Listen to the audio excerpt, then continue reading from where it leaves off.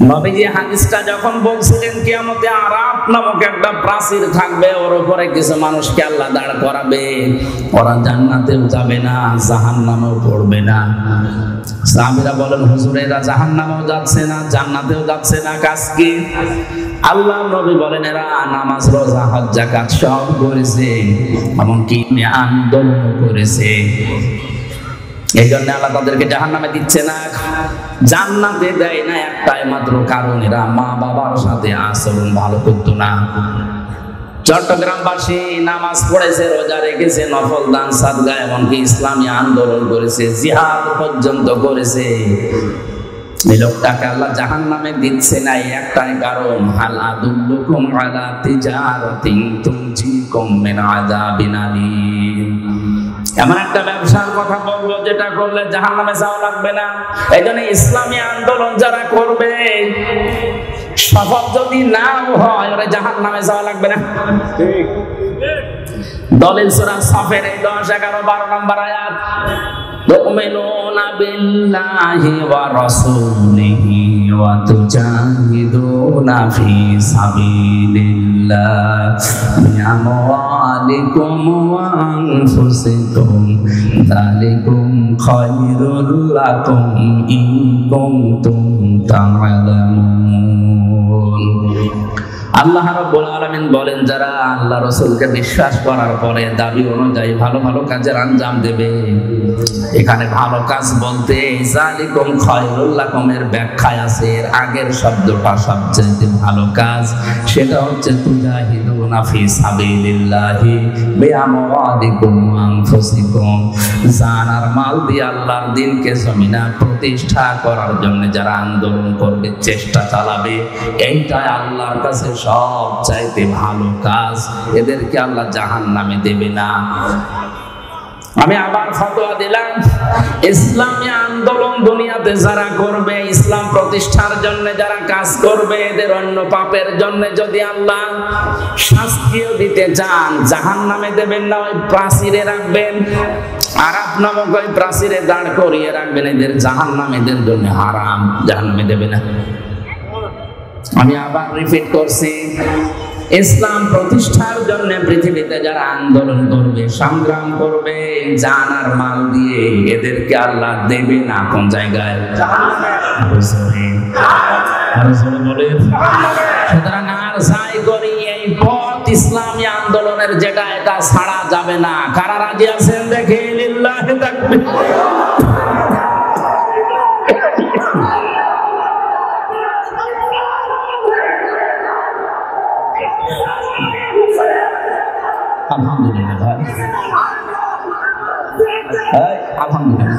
আমি আপনাকে বাঁচাতে চাই।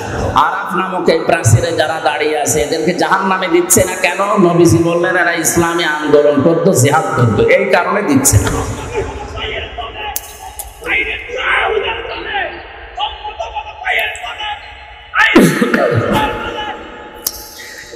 দ্বিতীয় নম্বরে এদেরকে জান্নাতে দিচ্ছে না আল্লাহ কেন? আল্লাহ নবী বলেন, এদের সবগুলোই তো তোমরা শুনলে ভালো ছিল, কিন্তু মা বাবার সাথে এদের আচরণ ভালো ছিল না। চট্টগ্রামবাসী, কথাটা কত কঠিন। জাহান্নামে দিচ্ছে না ইসলামী আন্দোলন করার কারণে, আর জান্নাতে দিচ্ছে না মা বাবার সাথে আচরণ খারাপ করার কারণে। হাদিসের শেষে কিন্তু আর নবী বলেননি এদেরকে আল্লাহ জাহান্নামে দেবে না, জান্নাতে দেওয়ার বলেননি, ওই পর্যন্ত শেষ। এবার বলেন তো, এইরকম আচরণ করে যদি কপাল নিয়ে কেউ যায়, আর যদি আরাফ নামক ওই প্রাচীরে আবাদান আবাদান থাকা লাগে, ও জান্নাতেও যেতে পারছে না, জাহান্নামেও যাবে না, কপাল তো আর কেউ আছে? এই দুইটা জায়গা খুব সেনসিটিভ, খুব খেয়াল রাখা লাগবে। এই দুইটা জায়গায় জায়েজ কোনো কাজে যেন মা বাবা নারাজ হয়ে না যায়। মায়ের কথা মতো বউ তালাক দেওয়া জায়েজ আছে না নেই? ফতোয়া দেন, বাবার কথা মতো জায়েজ আছে। হ্যাঁ, বাসখালীবাসী মায়ের কথা মতো বউ তালাক দেওয়া জায়েজ নেই, যদিও তাদের সম্পর্কটা খারাপ। নবীজি কেন এটা বলেছেন? কারণ আল্লাহর নবীকে আল্লাহ জানিয়েছেন দুনিয়াতে যত ফেরেশতা মার্কা মানুষ হোক, বউ শাশুড়ির সম্পর্ক একেবারে মা মেয়ের মতো 100 ভাগ হয় না। শাশুড়ি সবসময় চিন্তা করে লোকের মেয়ে, বউমাও চিন্তা করে আপন মা না। এক গাছের ছাল অন্য গাছে ছোড়া দিলে যেমন লাগতে চায় না, 100 ভাগ ওরকম মেলে না। এই জন্য অধিকাংশ পরিবারে সন্তান বিয়ে করার পর থেকেই বইয়ের গোতাগতিতে আলাদা হয়ে যায়। আমার আল্লাহর দিকে আমি তাকিয়ে বলছি, আমার মনে হয় যে সমস্ত বউর কারণে মাগুলো বাবাগুলো আলাদা করে দিচ্ছি, এই বউর কাছে যদি তার আপন মার বাবা 2 দিন 5 দিন না 10 বছরও থাকে, কোনদিন স্বামীকে বলবে না যে আলাদা করে দাও, বলবে? আল্লাহ আমাদের মনের খবর আগে থেকে জানে, আমাদের আচরণ এই জন্যই জানিয়েছেন নবীজির মাধ্যমে যে মায়ের কথা মতো অন্তত বউকে তালাক দিতে পারবা না, বাবার কথা মতো পারবা। যদি বাবা দেখে যে বউমার চরিত্র উলটপালট, ইসলামের নিয়ম কানুন মেনে চলে না, ক্ষতি হয়ে যাচ্ছে ইসলামের, তখন যদি সন্তানকে বলে যে বাদ দেওয়া লাগবে, বাবার কথা মতো আল্লাহর বিধানের দিকে তাকিয়ে হলে বাদ দেওয়া যায় যাচ্ছে। তাহলে এখান থেকে মাসলা বের হলো 2টা, মায়ের কথা মতো যত খারাপই হোক বউ তালাক দেওয়া, বাবার কথা মতো জায়েজ আছে। হযরত ওমরের সন্তানকে হযরত ওমরের কথা মতো আব্দুল্লাহ তালাক দিয়েছিল। হযরত ইব্রাহিম আলাইহিস সালামের ইঙ্গিতে ইসমাঈল নবী আলাইহিস সালাম তার স্ত্রীকে তালাক দিয়েছিল। কথা বলেন না কেন? আমি কথা বলছিলাম মা বাবার সাথে আচরণ খারাপ করা ভালো করার বিষয়ে বলতে বলতে আল্লাহ শেষ পর্যন্ত এমনও জানালেন, কথা যদি বলতে চাও উঁচু গলায় মাথা উঁচু করে কর্কশ ভাষায় তো বলবাই না, কথা বলতে চাইলে মাথা নিচু করে প্রেসিডেন্টের সামনে প্রধানমন্ত্রীর সামনে দাঁড়িয়ে যেভাবে নরম সুরে বলো, ঠিক ওই কায়দায় বলো। আল্লাহ তা কায়দা শিখিয়েছেন, দেখেন তো পরের আয়াতে,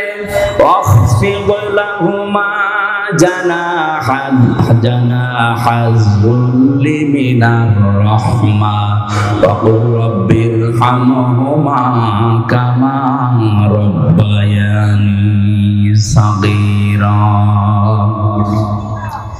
জবান খুলে এই ময়দানে আল্লাহ শেখানো দোয়াটা একবার পড়েন, রাব্বিরহামহুমা কামা।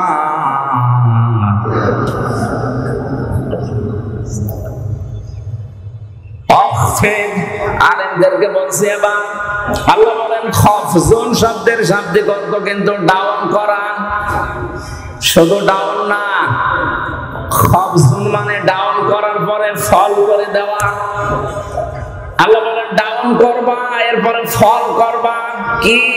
জানাহাযুল্লি, বিনয়ের ডানা। কিসের ডানা? মানুষের ডানা হয়? হ্যাঁ, না না, ডানা হয় না। মানুষের তো হাত, মানুষের ডানা নেই। আল্লাহ ডানা ধার করে এনে এই জায়গায় লাগিয়েছেন। বালাগাত মান থেকে একটা চ্যাপ্টার আছে, আল্লাহ কেন ডানা ধার করে নিয়ে এসে আমাদেরকে দিলেন? আমাদের তো বাহু আছে, বাহু বল, আমাদের হাত আছে। ইয়াদুন শব্দটার মানে হাত, আল্লাহ ইয়াদুন মনে হয় জানে না। আল্লাহ জানা ফোন দিয়েছেন। ডানা শব্দ এই জন্য দিলেন কারণ ডানার ভেতরে পর থাকে, এটা মোলায়েম, সফট, নরম, কোমল, এটা আরামদায়ক। আর হাতের ভেতরে আছে হাড়, এটা এত শক্ত, যদি মোট করে কেউ পিঠের উপরে লাগায় বলবে কি লাগা, আর 65 না 100।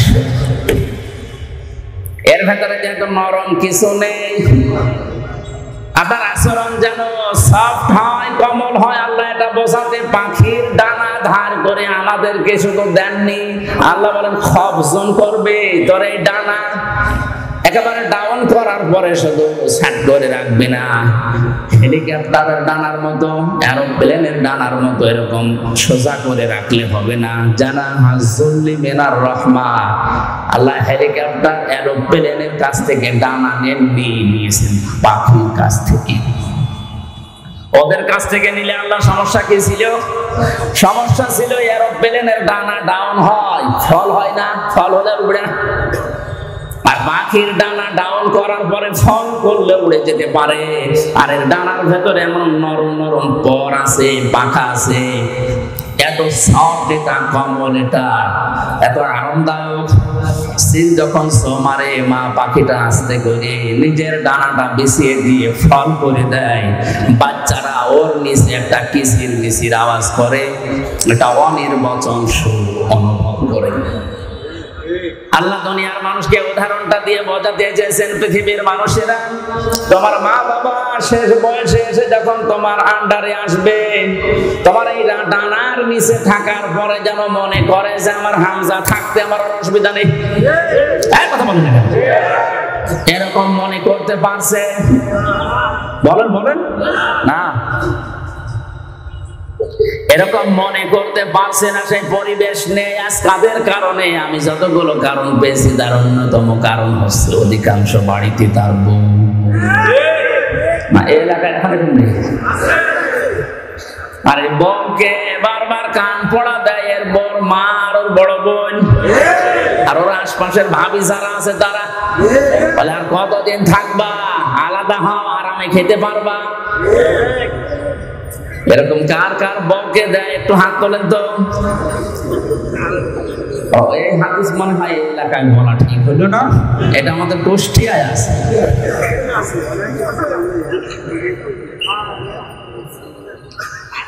সম্মানিত মা বোনেরা, কোন প্যান্ডেলে আছেন আমি জানি না, একটা স্বামীও হাত তোলেনি। আপনাদের চরিত্র কত ভালো, এরা হাত না তোলার পেছনে কারণ আছে দুইটা। এক নম্বরে যদি কেউ হাত তোলে ক্যামেরা হচ্ছে, ও বাড়ি গিয়ে ইউটিউবে দেবে আমার লোক হাত তুলেছে, আপনার হাত বন্ধ করে দেবে। দ্বিতীয় নাম্বারটা আমি বললাম না।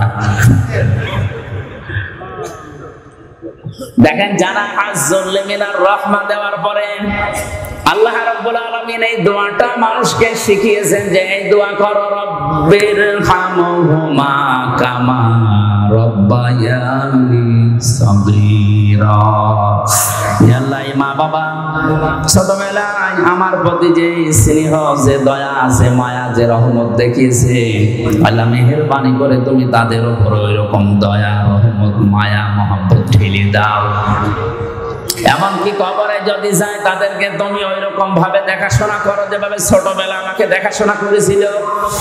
একটা সন্তান প্রতিপালন করা কত কঠিন আমার এই ছোট মেয়েটা নিয়ে আমি এখন টের পাচ্ছি। একটা জিনিস 5 বার বললেও বোঝে না। আমার মনে মাঝে মনে হয় ঠিক ছোটবেলায় আমি মনে হয় এরকম তেড়া ছিলাম। আর মা আমারে বলে মাঝে মাঝে যে তুমি এরকম তেড়া ছিলে ছোটবেলায়, এই কারণে তোমার এটা এরকম। আমার ভাইরা, আমার কথা বোঝানোর বিষয় ছিল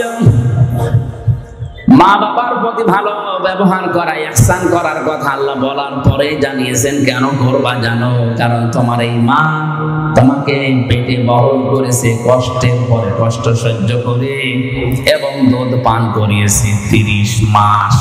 সব মিলে বলেন বলেন, আল্লাহ কিন্তু সালাসুনা সাহারা দিয়েছেন, ওয়া হামলুহু ওয়া ফিসালুহু, এটা মাঝখানে ওয়া দিয়ে জানিয়েছেন তোমাকে দুধ পান করানো আর তোমাকে পেটে রাখা, সব মিলে 30 মাস।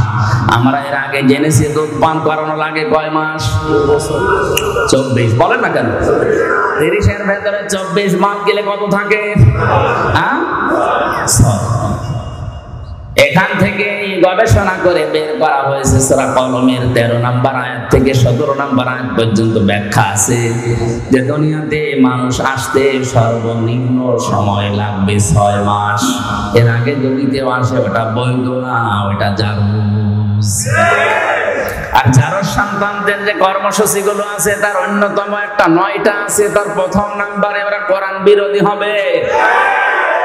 আজ দুনিয়াতে তাকান, ইসলাম বিরোধী, কোরআন বিরোধী যারা, কোরআন যারা পড়িয়াছে ফ্রান্সে, তাম দুনিয়ার জরিপ 228টা রাষ্ট্রের জরিপ বের হয় জানুয়ারি মাসে। আপনি জরিপ পড়ে দেখবেন তাম দুনিয়ায় সবচাইতে বেশি যার সন্তান তৈরি হয় ফ্রান্সে। ওরা কোরআনকে গালি দেয়, রাসূলকে গালি দেয়, কোরআন পড়িয়ে ফেলে, পা দিয়ে লাথি মারে, এমনি না, কারণ ওগুলোর জন্মে ভেজাল আছে।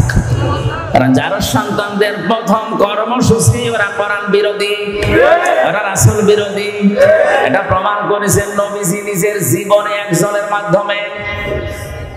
ওয়ালিদ ইবনে মুগিরা নামে এই লোকটা রাসূলের দাওয়াতে, রাসূলের কোরআন তেলাওয়াতে, কোরআন যেখানে বোঝাতো এই লোকটা যে বাধা দিত, আল্লাহর নবী একবার রাগ করে শেষ পর্যন্ত বলেই ফেলেছিলেন যে তুমি যার সন্তান। মানুষকে জন্ম নিয়ে কথা বললে এমনিতে রাগ হয়ে যায়। বাড়িতে গিয়ে ডাক দিয়ে বলে, মা মোহাম্মদ আমারে গালি দিয়েছে, সত্যি করে বলো আমার বাবাকে। মা বলছে, তোর বাবা? তোর বাবা না, ও বাবা আমি মানি না, আমার আসল বাবাকে। জোড়াজুড়ি করার শেষ পর্যায়ে মা ডাক দিয়ে বলে, বাবা এ কথা করে কে? বারবার জিজ্ঞাসা করতে বলে মোহাম্মদ আমারে গালি দিয়েছেন, আমি কি যার সন্তান? মা মাথা নিচু করে বলে, বাবা ওই ছেলে যা বলে ঠিকই হয়, তুই কেন তার পেছনে লাগলি? কোরআনে কারীম মানুষকে শোনাচ্ছিল, দাওয়াত দিচ্ছিল কোরআন দিয়ে, আমি বাধা দিয়েছিলাম, আমার এই কথা বলে গালি দিয়েছে।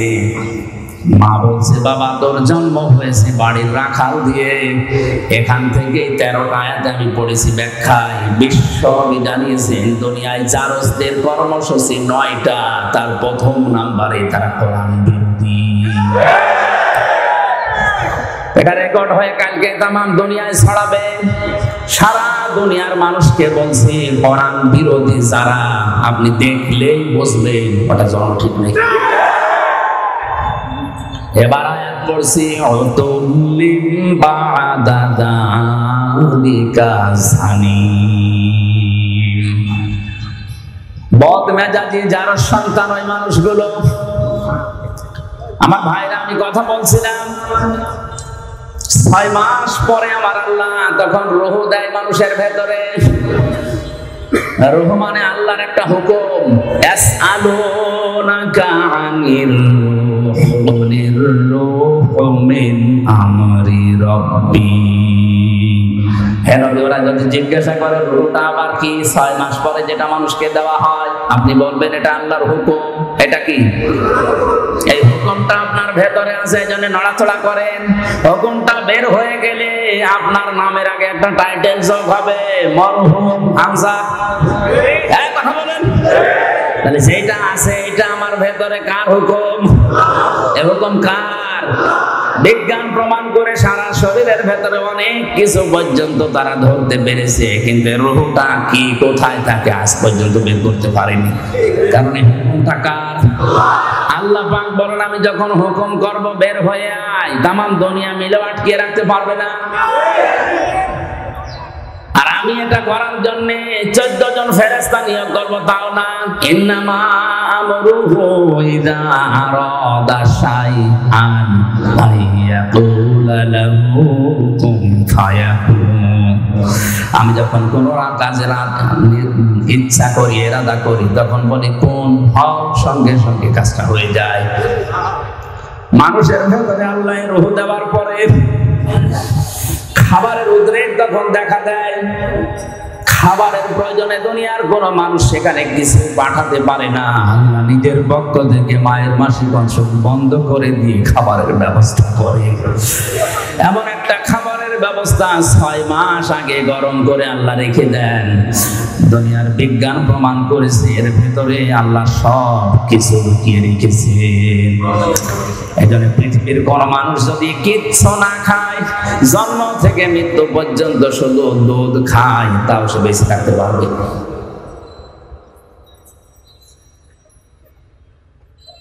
আল্লাহ রাব্বুল আলামিন মানুষকে মায়ের পেট থেকে এবার বের করবেন, খাবারের ব্যবস্থা করে দিলেন, তাও নাভির সাথে নাভি দিয়ে, মুখ দিয়ে নাপাক রক্ত দেননি।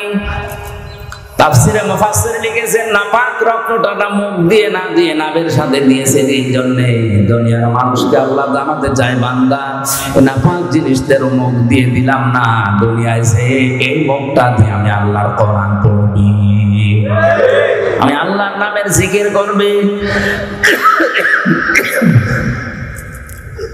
অথচ মানুষ এত নেমো খারাপ, এত হারামি, এত খারাপ দুনিয়ায় আসে আল্লাহর ওই বানানো সুন্দর পবিত্র মুখটা দিয়ে হারামি জিনিস এই মুখ দিয়ে প্রবেশ করাচ্ছে।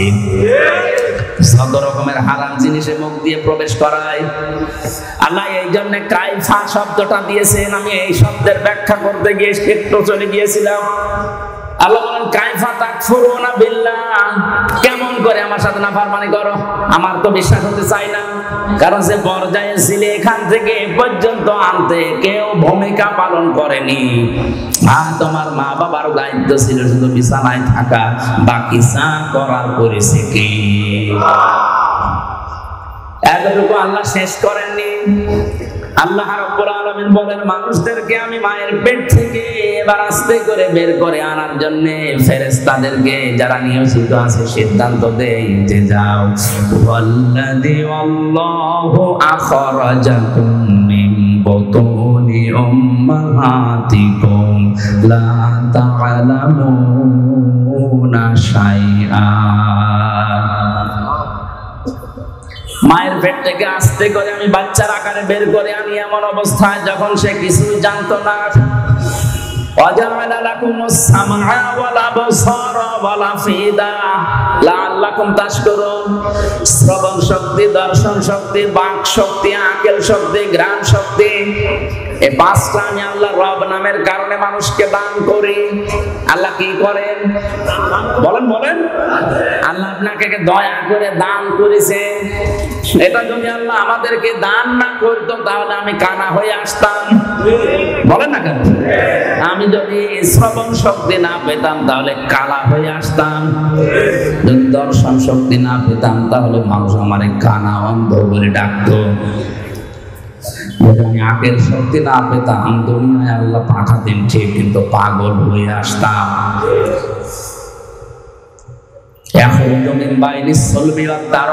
শব্দের ব্যাখ্যায় ডক্টর মরিস বোকাইলি, আমি অনেকগুলো তাফসিরে পেয়েছি, কিন্তু এই জায়গায় যে অনেক বিজ্ঞান, সায়েন্স এবং বাইবেল নিয়ে একটা বই লিখেছিলেন, ওখানে আয়াতের ব্যাখ্যা করতে গিয়ে সুন্দর একটা তথ্য দিয়েছেন। লিখেছেন মায়ের নাপাক পানির ভেতরে বাবার নাপাক পানি প্রবেশ করে আমার আল্লাহ 4-8টা জিনিস বানান। চুল, রগ, হাড় আর পর্দা, রক্ত, গোশত, চর্বি আর চামড়া।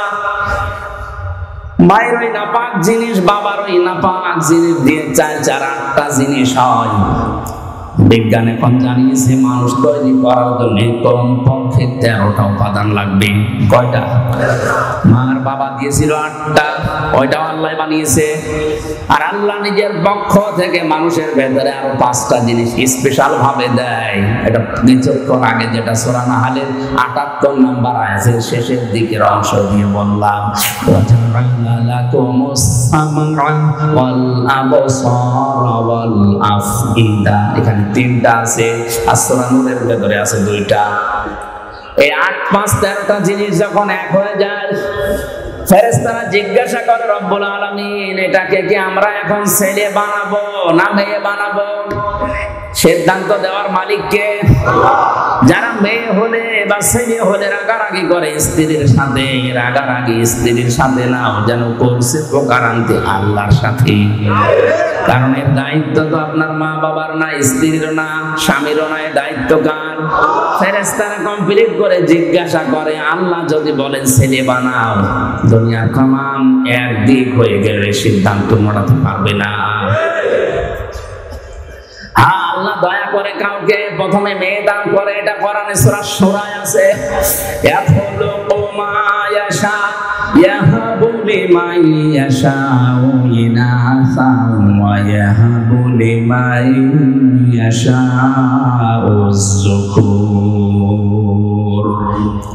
আও ইউযাওযিজুহুম যুকরানা ওয়া ইনাসা ওয়া ইয়াজআলু মান ইয়াশাউ আকিমা ইন্নাহু আলিমুন কাদির।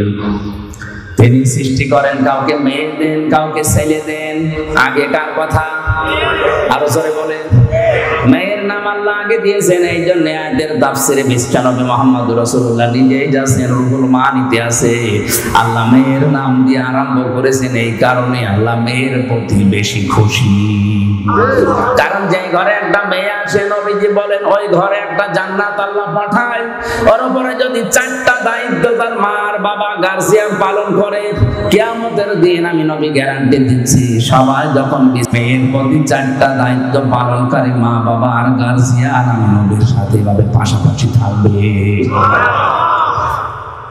মা বাবা আর গার্জিয়ান যারা আছেন 4টা কাজের প্রথম নাম্বারে তার সুন্দর নাম রাখা। কে নাম? বলেন বলেন। একটা অর্থবোধক নাম রাখতে হবে। আপনাদেরকে আমি বলছি অনেকে স্বামীর সাথে নাম জুড়ে নিজের নাম লেখে না, এটা জায়েজ না। আপনি নাম লিখবেন বাবার নামের সাথে, কারণ স্বামী আজ আছে কাল নেই। কথা বলেন না। আজকে যদি আপনার স্বামী তালাক দিয়ে দেয়, কালকে ওর সাথে দেখা করা কি? কথা বলেন। আপনার বাবার সাথে তালাক হবে? হবে না। এই জন্য মায়ের নাম, ছেলের নাম, মেয়ের নাম বাবার সাথে মিলিয়ে রাখা দরকার। কারণ কিয়ামতের দিন আল্লাহ বাবার নামের সাথে মিলিয়ে আপনাকে ডাক দেবে। তাদেরকে আমি ডাক দেব তাদের বাবার নামে। এই জন্য আমার নাম আমির হামজা, আমার বাবার নাম রিয়াজ, হামজা বিন রিয়াজ, রিয়াজের ছেলে হামজা। আমার মেয়ের নাম মাওয়া। ও যদি নাম লিখতে চাই এভাবে লিখতে পারবে, মাওয়া বিনতে হামজা, হামজার মেয়ে মাওয়া। কথা বুঝতেছি? এখন স্বামীর নামের সাথে যদি মিলিয়ে কেউ লেখে, আমার স্ত্রীর নাম মনে করেন তানিয়া, আমার নাম আমির হামজা, ও তানিয়া আমির লিখে দিল। 2 দিন পরে যদি ওর সাথে আমার তালাক হয়ে যায়, ওর মুখ দেখায় তো আমার জায়েজ নেই। কিন্তু আমার মেয়ে মাওয়ার ফারিহা একেবারে মরণ পর্যন্ত ওদের সাথে সম্পর্ক কোনোদিন কাট হওয়ার সম্ভাবনা আছে। আশা করছি মাসলাটা বুঝেছেন। এখন থেকে বাবার নামের সাথে মিলিয়ে দেবেন, স্বামীর নামের সাথে না।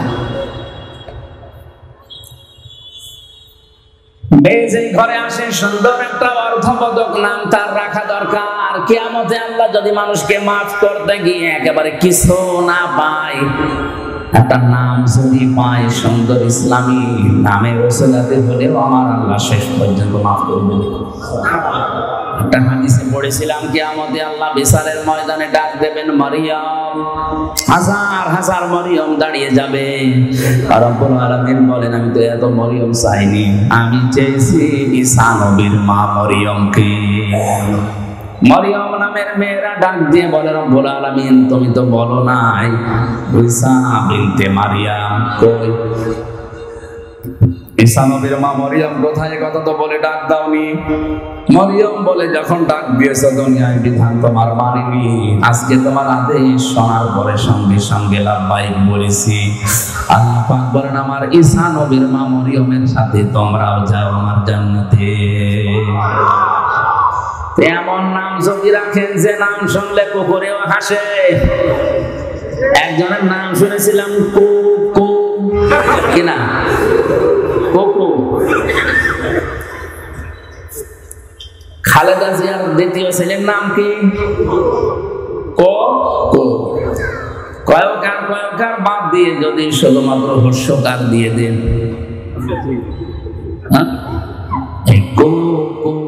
ওর দাদি যদি ডাক দেয় যার দাঁত নেই, কি বলে ডাকবে?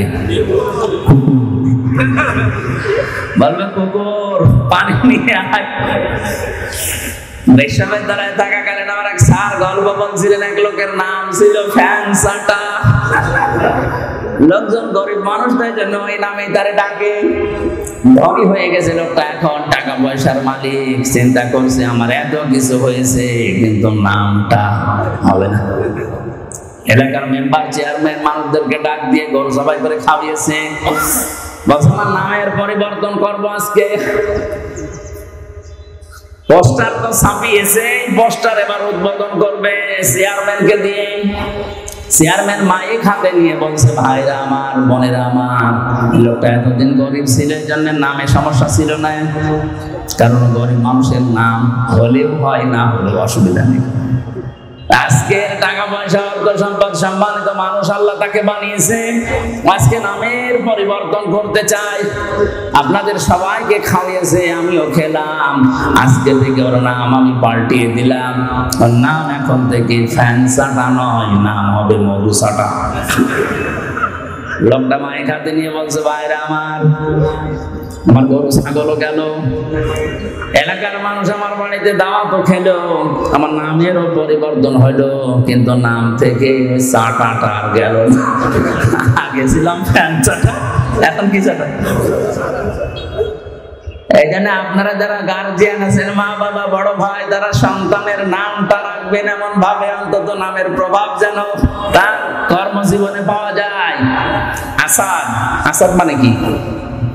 সিংহ। আসাদ মানে এরকম নাম যদি অর্থবোধক রাখেন, আসাদুজ্জামান, জামানার সিংহ বড় হয়ে যেন ইসলামের সিংহ হতে পারে। আসাদুল ইসলাম শান্তির সিংহ, শক্তিশালী মজবুত। এরকম ইসলামের জন্য আমাদের সিংহ মার্কা পুরুষ দরকার আছে না নেই? নাম রেখে দিয়েছে বল্টু। এখানে অর্থবোধক একটা নাম রাখা। 2 নম্বরে শুধু নাম রাখা না, তার পেছনে খরচ করা। একটা সন্তান প্রতিপালন করতে গিয়ে যদি কেউ খরচ করে, মেয়ের পেছনে কিয়ামতের দিন ওই টাকা পয়সার হিসাব আল্লাহ নেবেন না। আপনার মেয়ের জন্য যদি একটা জামা কিনে দেন, স্যান্ডেল কিনে দেন, খেলনা কিনে দেন, মেয়ের লেখাপড়ার পেছনে, তার দিন এলেন শেখার পেছনে যত খরচ হবে, ওই টাকাগুলোর হিসাব দেওয়া লাগবে না? অনেকে এখন খরচ করতে চায় না, জায়গা মতো অকাজে খরচ করে। 3 নম্বরে মেয়েটাকে শুধুমাত্র শিক্ষা দেওয়া, মানে টাকা পয়সা খরচ করে তার পেছনে বড় করা না, তার পেছনে দ্বীনের শিক্ষা দেওয়ার জন্য ব্যয় করা সামর্থ্য অনুযায়ী। বাংলাদেশ সহ আমাদের মুসলিম দেশগুলোতে এখন বিশেষ করে এই লাইনে যেগুলো আছে, এই লাইনের গুলো আমরা ইসলামী শিক্ষা পুরুষদের তুলনায় মেয়েদেরকে অনেক পিছিয়ে দিয়েছি। পুরুষের মাদ্রাসা বা ইসলামী লাইনের যে সমস্ত শিক্ষা প্রতিষ্ঠান অনেক বেশি হয়ে গেছে, মেয়েদের গুলো একেবারেই কম। অথচ একটা মানুষকে মানুষ বানাতে হলে সবচেয়ে বেশি ভূমিকা পালন করেছেন তিনি মা। এখানে যারা এসেছেন আজকে থেকে সিদ্ধান্ত নেবেন, আপনার মেয়েকে আপনি ডাক্তার বানাবেন, ইঞ্জিনিয়ার বানাবেন, বিশ্ববিদ্যালয়ের শিক্ষক বানাবেন, কোনো অসুবিধা নেই। কিন্তু পাশাপাশি প্রথমেই তাকে আগে ইসলাম মানতে গিয়ে যা লাগে ওই শিক্ষাটা দিয়ে নেবেন। আর এই শিক্ষাটা যেখানে পাওয়া যায় এরকম জায়গায় আপনি যাবেন, এটা তো পাওয়া যাবে। কারিতাসের যে স্কুলগুলো আছে এখানে, আশা, ব্যারাকে, সন্তানকে প্রথমেই দেওয়া লাগবে ইসলাম মানতে গিয়ে যে নিয়ম নীতিগুলো আছে, এগুলো যেখানে শেখায় তার নাম মাদ্রাসা। বলেন, মেয়েরা যদি 1 থেকে অন্তত 5 পর্যন্ত এই নিয়ম নীতিটা জানতে পারে, ইসলামের মৌলিকটা, 6, 7 যেটা এখন দেখতে পাচ্ছে ওটা ওরা জানলেও বিশ্বাস করবে না। 7 বইতে ইসলাম শিক্ষা দিয়েছে, দুর্গাদের এভাবে সাজিয়ে পূজা করা হচ্ছে, এটা ইসলাম নয়। এরা 5 পর্যন্ত যদি ভেদটা শক্ত করতে পারে, 6, 7 যে দরকার চ্যাপ্টার বাদ দেবে, তারপরও আল্লাহ বাদে দেবতাকে বিশ্বাস করবে না। মাথায় মগজ থাকলে আপনি বুঝেছেন। 4 নম্বরে এমন জায়গায় বিয়ে দেওয়া লাগবে পাত্র যেন সৎ হয়। আমরা অনেকে আছি এখন সন্তানকে বিয়ে দেওয়ার জন্য মা বাবার তুলনায় দেখা যাচ্ছে জিজ্ঞাসা করে ঘটক সাহেবকে যে আমার এই ছেলে যে জামাই বানাবো এর উপরে কামাই আছে, তো একটা হারাম জায়গা দেখে যদি স্বতঃস্ফূর্ত ভাবে জেনে বুঝে কোনো সন্তানকে আপনি হাতে তুলে দিন, আল্লাহর কসম ওই মেয়েটা কোনোদিন শান্তিতে থাকবে না। গভীর রজনীতে আপনার জামাই আসবে ডাল খেয়ে, লাল পানি খেয়ে, ওই সংসারে শান্তি থাকবে? একটা ভ্যান চালকের সাথে বিয়ে দেন, তার চরিত্র যদি ভালো থাকে, 5 ওয়াক্ত নামাজ অন্তত পড়ে, কষ্ট হয় তার শরীরকে চালাতে, সংসার চালাতে, কিন্তু রাত 12টার সময় লাল পানি খেয়ে মদ খেয়ে ঘরে আসবে না। বহু ধনী ধনী মানুষের সাথে আমি মিশে দেখেছি, ওপরে ফিটফাট, ভেতরে সদরঘাট। বাড়ি যায় রাত 1টার সময়, নিজের বউ বাদ দিয়ে অন্যের স্ত্রীর সাথে ফুর্তি করে বাড়ি গেছে, যে দেখে নিজের যুবতী মেয়ে পেট নিয়ে বসে আছে। কি গো, কার? আল্লাহ দিয়েছে। এখানে শিক্ষা ব্যবস্থায় আমাদেরকে এমন ভাবে তৈরি করে দেওয়া দরকার, প্রাথমিকটা যেন বড় হয়ে অন্তত উল্টা পাল্টা লাইনে যেতে না পারে। আমার ম্যাডাম তো ইসলামী বিশ্ববিদ্যালয় থেকে অনার্স মাস্টার্স করা, অথচ ওর সাথে অন্যান্য সাবজেক্টের অনেকে বিয়ের আগেই বাচ্চা জন্ম দিয়েছে। বলেন নাউজুবিল্লাহ। এ দোষ শুধুমাত্র ওদের না, সন্তানকে যদি এভাবে ছোটবেলা থেকে অন্তত ইসলামের মৌলিকটা শিখিয়ে দিতে পারতেন, বিশ্ববিদ্যালয় না অক্সফোর্ডে যাওয়ার পরে ওর শরীরকে হেফাজত করত। কিন্তু দিনটা এমন খারাপ আসতেছে সামনে, এমন পর্যায়ে আমরা পৌঁছে যাচ্ছি। এভাবে যদি ইসলামী শিক্ষা নিয়ে ষড়যন্ত্র হতেই থাকে, আর শিক্ষা ব্যবস্থা যদি এভাবে চলতে চলতে আমাদের আয়ত্তের বাইরে চলে যায়, কিছুদিন পরে আপনার যুবক ছেলে মদ খাই আপনার বাড়িতে আসবে, কিছু বলতে পারবেন না। আপনার বিশ্ববিদ্যালয়ের পড়ুয়া মেয়ে পেট নিয়ে আসবে, আপনি কিছু বলতে পারবেন না। ইসলামের শিক্ষা দেওয়ার পাশাপাশি সন্তানদেরকে সব পাত্রে পাত্রস্থ করার তৌফিক আল্লাহ আমাদের দান করেন। 4টা কাজ যদি আমরা গার্জিয়ানরা করি, অন্য কোনো আমল যদি আমাদের কম থাকে, একেবারে নাও থাকে, তা অসুবিধা নেই, ফরজটা ঠিক রাখবেন। এর পাশাপাশি যে দায়িত্বগুলো নবীজি দিয়েছেন সন্তানের প্রতি, এগুলো থাকলে কি আমাদের ময়দানে মহান আল্লাহ আমাদেরকে নবীজির সাথে পাশাপাশি জান্নাতে রাখবেন। জোরে বলেন আমিন। আমি কায়ফা শব্দের ব্যাখ্যা করতে গিয়ে সিটিপিটি কথা বলেছিলাম যে মানুষের এই যে জন্ম থেকে শুরু করে পর্যন্ত আল্লাহ এগুলো আশ্চর্য হয়ে যায় যে নাফরমানি করে কি করি। এরপরে তোমাদেরকে আমি জীবন দিয়েছি, এরপরে মরণ দেব, আমার কাছে আবার ফিরে আসা লাগবে। আমাদের আনন্দের বিষয় আজকে থেকে আমরা নির্ধারিত করে নেব বা নিলাম, এখন থেকে মরণ পর্যন্ত আনন্দ হবে শুধুমাত্র কোরআনের সাথে সম্পর্ক আছে যেটা, ওইটা নিয়ে। আজকের সম্পর্ক কিসের সাথে? আমির হামজার সাথে। আল্লাহ আমাদেরকে কোরআন নিয়ে আনন্দ করার তৌফিক দিন। আমি মনে হয় বেশি বলে ফেললাম, আজকে মাগরিবের সময় হয়ে যাচ্ছে, বারবার ওই কমিটি আরেক জায়গায় অনুষ্ঠান আছে তো কল দিচ্ছে। এই পাশে আর একটা মাহফিল আছে এশার পরে, মনে হয় নাকি 9টা 9:30টার দিকে, ওখানে দেখি শেষ করা যায় কিনা। আল্লাহুম্মা আমিন। বারাকাল্লাহু লানা ওয়া লাকুম ফিল কোরআনিল আযীম। আজকের এই মাহফিলে অনেক আশা নিয়ে আমরা এসেছিলাম, যে আশা নিয়ে এসেছে আমাদের জায়েজ আশাগুলো পূর্ণ করে দাও। যে যুবকগুলো কোরআন শোনানোর জন্য ব্যবস্থা করে দিল, যারা বাইরের দেশ থেকে টাকা পয়সা পাঠালো, আল্লাহ এই যুবকদেরকে তুমি মঞ্জুর করো। বারাকাল্লাহু লানা ওয়া লাকুম ফিল কোরআনিল আযীম। আলহামদুলিল্লাহি রাব্বিল আলামিন।